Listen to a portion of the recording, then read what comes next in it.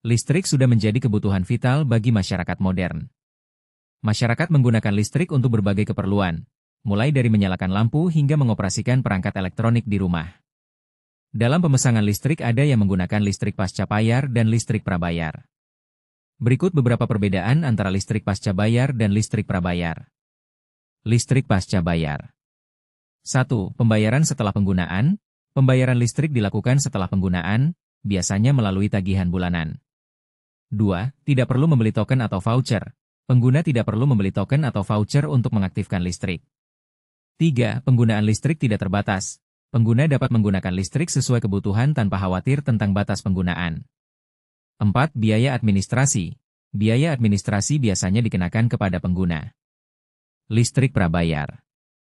1. Pembayaran sebelum penggunaan. Pembayaran listrik dilakukan sebelum penggunaan, melalui pembelian token atau voucher. 2. Perlu membeli token atau voucher. Pengguna perlu membeli token atau voucher untuk mengaktifkan listrik. 3. Penggunaan listrik terbatas. Pengguna hanya dapat menggunakan listrik sesuai dengan nilai token atau voucher yang dibeli. 4. Tidak ada biaya administrasi. Tidak ada biaya administrasi yang dikenakan kepada pengguna. Kelebihan listrik pasca bayar.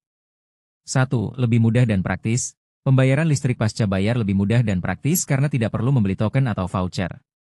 2. Tidak perlu khawatir tentang batas penggunaan. Pengguna tidak perlu khawatir tentang batas penggunaan listrik. Kelebihan listrik prabayar. 1. Lebih hemat. Listrik prabayar dapat lebih hemat karena pengguna hanya membayar untuk penggunaan listrik yang sesungguhnya. 2. Tidak ada biaya administrasi. Tidak ada biaya administrasi yang dikenakan kepada pengguna. Kekurangan listrik pasca bayar. 1. Biaya administrasi. Biaya administrasi dapat dikenakan kepada pengguna. 2. Penggunaan listrik tidak terkendali. Penggunaan listrik tidak terkendali dapat menyebabkan biaya listrik yang lebih tinggi. Kekurangan listrik prabayar. 1. Perlu membeli token atau voucher. Pengguna perlu membeli token atau voucher untuk mengaktifkan listrik. 2. Penggunaan listrik terbatas. Pengguna hanya dapat menggunakan listrik sesuai dengan nilai token atau voucher yang dibeli.